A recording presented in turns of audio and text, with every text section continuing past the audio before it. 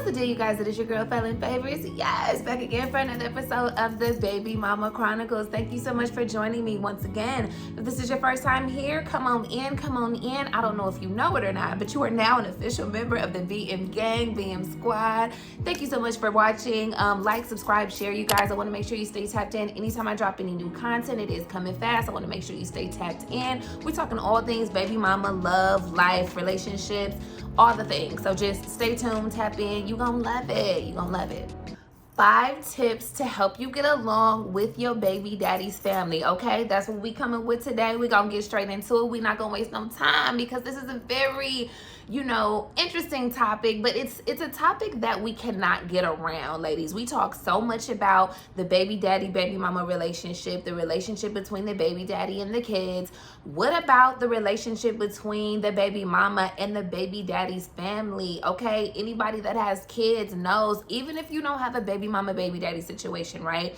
In-laws, that kind of vibe, like even your friends and their family, like you are always gonna have an extension of family from the people that you choose to be around, like your chosen family, right? They blood family, okay? You are gonna have to run point with them at some point in time, and especially if you have a child with that person, there's just no getting around it. So I'm gonna give you 5 tips that'll help you get along with your baby daddy's family.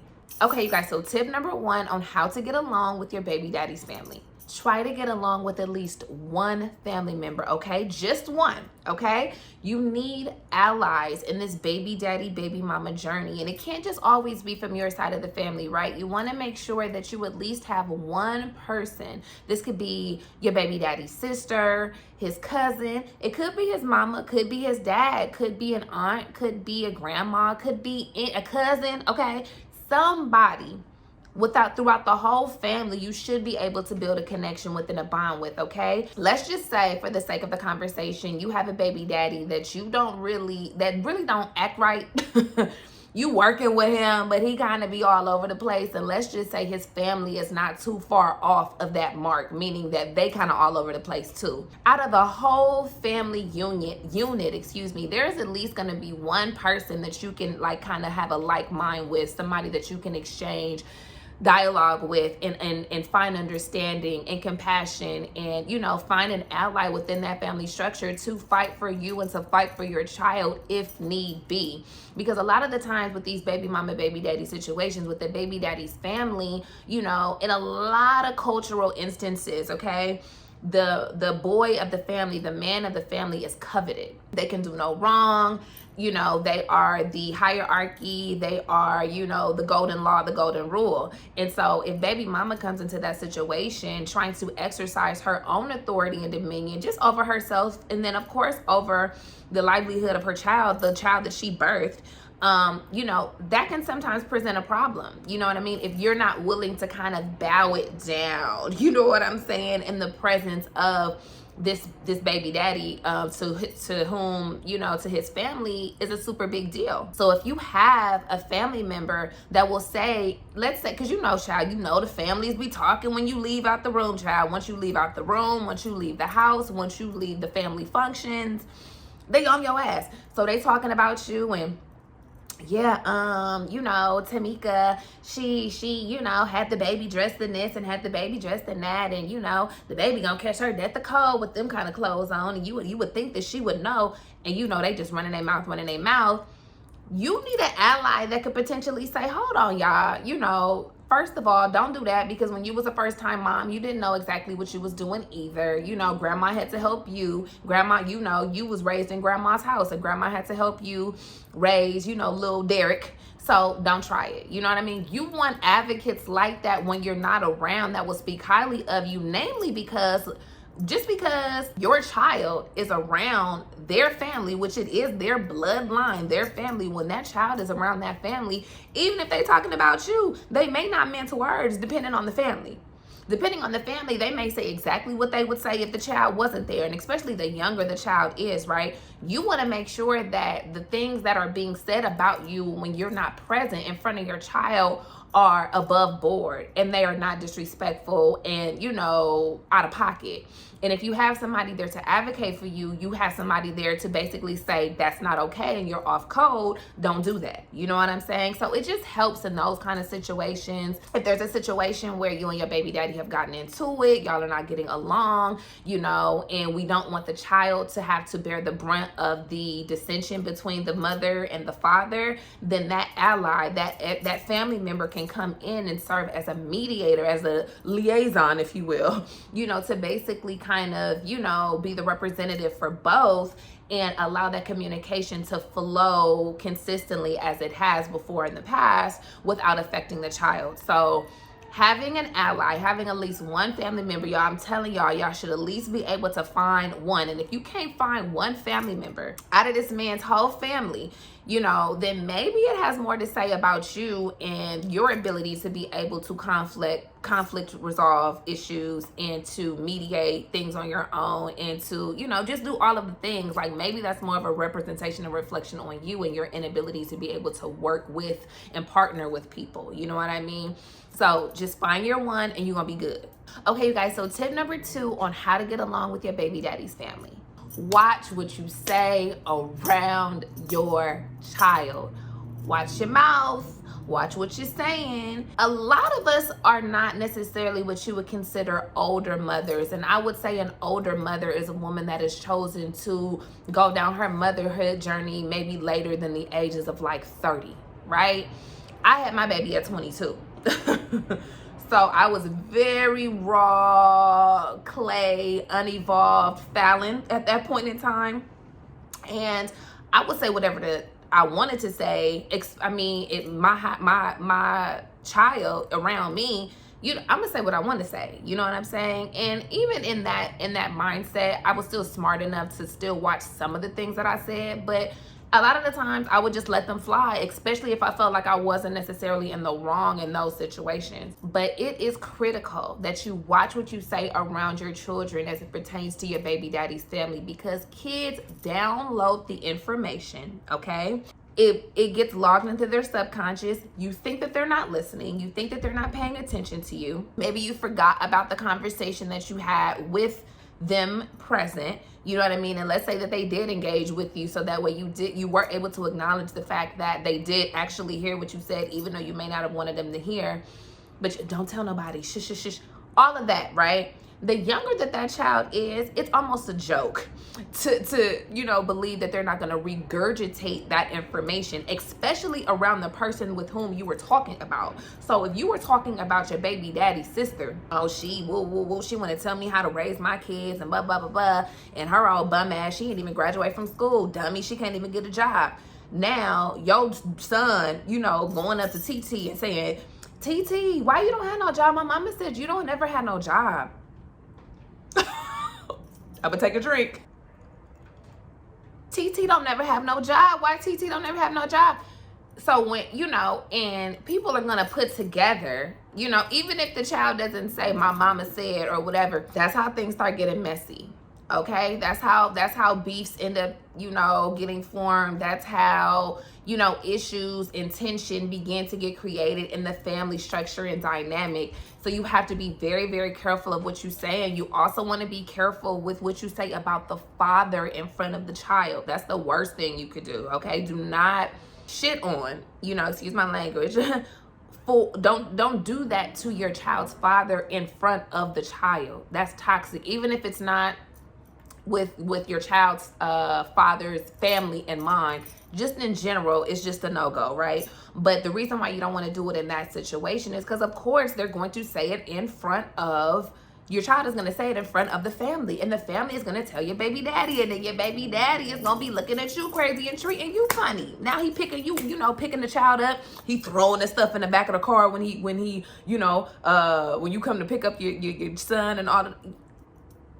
Save yourself the trouble, okay?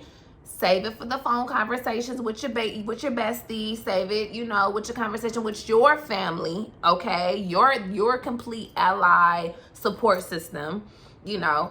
And, you know, be a little strategic with that, because you don't want that to fall back on you, okay? And especially if you're not the type to be able to mouth all that and say all of that in the presence of the people that you're talking about, you probably shouldn't be saying nothing at all anyway. Okay, you guys, so tip number 3 on how to get along with your baby daddy's family. Create healthy boundaries. Create healthy boundaries, you know? And so what do I mean when I say that? I'll use myself as an example. I had my daughter when I was 22 years old. I was raised by my mother primarily, and by my mother, I am her only child, okay? I was raised as an only child. My daddy got a whole bunch of kids, but I wasn't raised with my other siblings, right? So when I had my daughter, I didn't know nothing. I didn't know how to put together a crib. I didn't know really how to change a diaper. I didn't know what to pack in my child's diaper bag. I didn't know what to feed, what to not feed. I didn't know anything. I was a child myself, still trying to navigate through the world and trying to figure out who I was. So there were so many things that I did not know. And it was my child's father's family that taught me a lot of the things that I needed to know about just basic fundamentals of motherhood, okay? And they definitely assisted me with, you know, knowing what to pack in those diaper bags, making sure I had enough extra change of clothes and, you know, snacks and, you know, all of the things that you need, right? That you don't think that you need as a mom because you just don't know. They put me on game for that. They put me on game on how to throw a birthday party. You know, I've never seen, you know, a group of people be able to make $100 look like $1,500 or $2,000 or $3,000. You know what I'm saying? Like, they understood the principles of making things work and being moms because they had did it, right? So that's all fine and dandy, right? And I respect them and I love them for that. At the same time, there are going to be certain non-negotiables that you have as a mother of things that you just don't want going for your child. That could be, you know, you don't want to raise your child eating meat, right? You want to raise your child vegan. You don't want to raise your child eating meat. If your family, if your baby's father family don't respect that and you have not set that clear boundary, and when they're around him, they're giving him meat, you know, and letting him gnaw on hot wings and things like that, and you've already specified to the father and to the family that you do not want your child eating those things, and then also granted that you've had that conversation, if you have a cool baby daddy, he supports you maybe, so he doesn't necessarily require you to provide whatever food needs to be given to the child in order for the child to be satiated based on whatever your dietary plan is for the child. Let's say he just works with you and he just takes care of it. But if not, you know, granted, you are providing the type of food that the child will need and things like that when the child is not with you. If they still go around that and feed your child whatever they want to feed the child, that's a problem. And that's gonna cause obviously a super big problem. So the way that you handle that is you nip it in the bud and you go straight forward towards the issue, okay? And so whoever is responsible, namely, you want to talk to the baby daddy first, okay? Preferably you want to talk to everybody in the same room. So if it was grandma, because it's always the grandmas that be giving our kids all of the stuff that we don't want them to have, you know, they know best and all of that. So those are the ones you really kind of have to get together when it comes to that kind of thing, because they feel like they know it all. Like, I done raised him and I could raise this one. You know what I'm saying? As far as the baby daddy is concerned. So you might have to have a conversation with grandma and baby daddy and say, hey, you know, I appreciate y'all. Y'all always come through. Y'all always, you know, but I do not want my child eating meat. You know what I mean? I'm raising them this way for a reason. This is what I see best. This is what I see fit. I want them to not be confused when they come home and we don't have any of that stuff available because we're not putting that into our diet plan. You know what I mean? They need to understand and respect that. And if they don't, then we start having different conversations. You know what I mean? Then we got to start having conversations about the child being present at all. You know what I mean? But again, that's why I'm always trying to instill in you guys to foster healthy relationships with your baby daddy. So your baby daddy is an ally, even against his own family if need be. And he can support you, and he may not come to your aid in your rescue for every single issue, but if he knows it's an issue that has to do with your child and you've already specified, hey, this is how we're going to raise him or her, the family has to respect that, and he should be jumping on board to assist you with that. So you have to set clear boundaries. You cannot mince words. When it comes to your child, you got to go straight to the source, speak to them openly, candidly, honestly. You know, try to be as respectful as possible, especially if you're talking about speaking to elders, Okay, but you need to be firm. And at the end of the day, this is your child at stake. So, you know, whatever needs to be said, and that just needs to be it. The boundaries need to be set and they need to be clear. Okay, you guys, so tip number 4 on how to get along with your baby daddy's family. Include them on the birthday planning. Oh my God, like birthday planning is so fun. That's one of the most fun things to do for your child, girl or boy, you know what I mean? Just bringing the families together, celebrating the birth of the child, seeing the smile on your child's face, bringing in all of the different things that your child likes, all of their, you know, little school buddies and friends and all of that stuff. It can be really, really fun, right? But a way to bond with your baby daddy's family, let's set up the scenario where maybe y'all haven't been getting along. Maybe you haven't been getting along with your baby daddy's family. Let's say the tip that I just gave, right, where they've been kind of crossing boundaries. Maybe they dressing your child in stuff that you don't want them dressed in. You know, you provide them clothes and different stuff like that. They take that off and they put what they want to put on the baby. Let's say, you know, they're feeding your child food that you don't want them to have, or they're taking them places maybe that you don't feel comfortable with. Anything like that, right? Let's say that there's just some issue. Let's say there was some issues when you got pregnant and the baby daddy family didn't mess with you like that. They didn't rock with you. Maybe they didn't know you. Maybe you was a little hookup or something like that. And although you knew the baby was his, maybe they treated you funny. Who knows, right? Let's say that there's some kind of issue or drama. Maybe you got into it with the sister at some point in time or whatever. Maybe you almost came to blows. It gets real out here. Any of those types of situations, right? Extending the olive branches, they say, right? To basically say, hey, you know, Samantha is having a birthday party.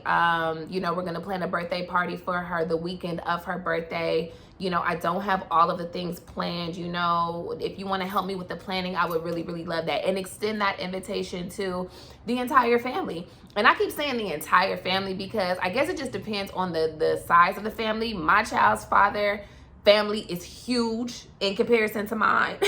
So when I say the whole family, they have the kind of family where everybody is already involved. So if I'm extending the invitation to everybody, I'm literally extending it to everybody because I know everybody will ultimately be helping if I ask.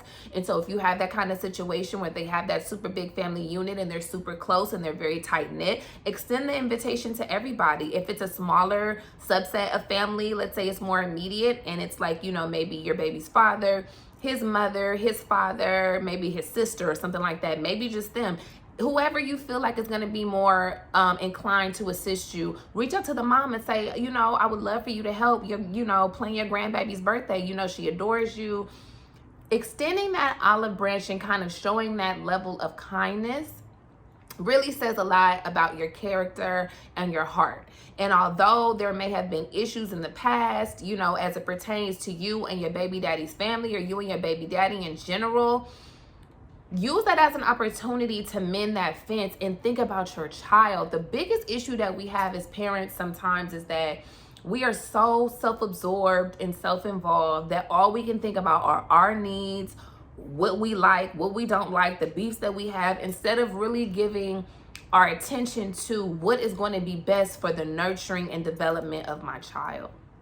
And if you can find a way to bridge the gap between you and your baby daddy's family, it is going to increase the likelihood that they support you, okay? Because you need support too as the baby mama. I don't care what you say. You know, it's going to help support you, and it's going to obviously bleed over to your child, and your child will be supported, and energetically they feel that support too. When the baby mama and the baby daddy's family don't get along, or let's say both sides of the family don't get along, let's say baby mama and, you know, your family don't get along with baby daddy and his family, that's a problem for the baby. That's a problem for the child. The child is going to energetically pick up on that the younger that they are, and as they get older and begin to understand, why do we have to have separate birthday parties? Why is everybody here but this side of my family? Why didn't nobody come to the birthday party? Why is it strange like that? Why does it feel like that? Why does it always feel like tension? Why does it always feel unpleasant? Why is no one ever smiling whenever they're together and I'm around? It makes me feel like I'm the problem. Y'all wouldn't even have to get together if it wasn't for me being here. And kids start to internalize those issues, so you have to be very, very careful. And if you are mature enough If you are able to put on your grown woman panties, which we talk about all the time on the BMC, okay, being grown, y'all want to say y'all grown, but when it comes to time to do the things that make you grown, a lot of y'all don't want to do it. But when you ready, if you ready, this is an example of what you can do to illustrate that, hey, I'm grown, okay? At the end of the day, whatever went on, that's fine. I'm not worried about it. Take care of this child, baby daddy family. Hey, who wants to help with having a birthday party? You know, who wants to pitch in? I'm telling you, it could go a really long way. Okay, you guys, so last tip number 5 on how to get along with your baby daddy's family. Bottom line, ladies, okay, your child's family is your family, okay? Your baby daddy's family is now your family. You are now linked to these people and their bloodline by way of creating and going half on a baby with your baby daddy. You are tied into that bloodline for the rest of your life. And it should mean everything to you to have some kind of relationship with your baby daddy's family, because that side of the family, it's 50% of your child's makeup. You may want to figure out what's going on that side of the family so you can better understand your child. Genetics are a thing. Genetics are not just, you know, singular or associated with aesthetics, okay, and the way that we physically look. Genetic makeup are very intricately woven and are definitely, you know, carried on and passed down from the generations from before, the generations prior, excuse me. So your child is your baby daddy's family. That all of them, little bits of them, little sprinkles and little pieces of them exist within your child. So it may benefit you and behoove you, okay, to get to know your baby daddy's family, because you may find out some things about that you need to watch as it pertains to the development of your child, okay? Again, we're thinking about the child's best interest. We are putting our own selfish desires or pettiness or whatever, we're putting that on the back burner, okay? And we're putting our child's needs first. If you can find a way to connect with your baby daddy's family, what it does for your child is it offers them a certain level of security. It offers them a certain level of confidence and self-esteem, because they know, I am surrounded by love. I am surrounded by, you know, compassion and community and people that love me. Not just one person, 2 person, 3. I have a whole tribe of people that are advocating for me. I have a whole tribe of people who think that I am so important, because kids is not stupid too. They know that you know, so-and-so don't get along. If they can see that the parents and the families love the child so much that they are willing to put those differences aside for the happiness of the child, I'm telling you, that does wonders for your child's self-esteem. That does wonders for how your child sees the world in general and how they enter into the world, and ultimately how they will raise their own families. What we always forget, ladies, is that our kids are not going to be kids forever. Our babies are our babies, but they're not going to be babies forever. They grow up and they develop, God willing, okay? And as you help them on that journey to ascend through, you know, being a teenager and young adulthood and becoming an adult, when they have their own families, okay, and you've reached a certain age because you've matured and you maybe have dealt with some of those issues that you may have been dealing with, you know, with trying to raise your child, and maybe you end up finding out, like, or you end up coming to the realization that, hey, I probably could have did this better, I could have did that better, whatever the case may be. Your child has already downloaded and absorbed the worst of those traits. And so when it comes time for them to have their own family, they are going to run into a lot of the same issues. They're going to be running into a lot of the same problems. And a lot of the times you will find that a lot of situations are cut and paste. Copy and paste. Look at your own mother and father, or vice versa, right? I'm almost certain that many of you in your baby mama, baby daddy situations, your mama was with somebody just like the daddy that you with now, or the baby daddy that you have now. Okay? Your baby daddy probably reminds you a lot of your father. If your father was absent, and your baby daddy tends to be absent, and if he's not absent, you know, physically, maybe in some type of way, spiritually or mentally, you know what I mean, in a manhood type of way, he could be absent. It gets really, really deep, you guys. You know what I mean? And I bring these things up, and a lot of the times we have fun with these topics because we just shooting it. I want it to be understood, the gravity of making sure that you put your child first and you do anything that you can to ensure your child's survival, okay, long term, not just while they're in your house, but when they're out of your house, when they start getting into their own relationships and attempting to build their own families and finding understanding about, you know, who they are and what kind of person they could be in a family structure. You want to make sure that you're lending to that as much as you can in a positive direction, okay? Okay, you guys, so I just wanted to give you some little tips real quick. We have never discussed how to deal with the baby daddy's family ever before, so I'm super excited that we were able to get this topic out of the way. Drop it in the comments as always. Y'all talk, I talk back. Y'all already know what it is. Let me know. Do y'all have a baby daddy that got a crazy ass family that you just can't get along with because they just don't know how to act right? Or, you know, have your family and the baby daddy's family actually like got into it, maybe got into arguments, maybe in front of the child? Has the child specified that they wish that you guys would have a stronger bond because they can kind of feel that there's an issue and a tension? Y'all let me know, you know, drop it in the comments. Make sure you like, subscribe, share, you guys. I'm enjoying spending this time with you. I love all of you, my BM gang. We gonna ride, we gonna get this game, and we gonna figure it out together, okay? I will see y'all next time. Peace.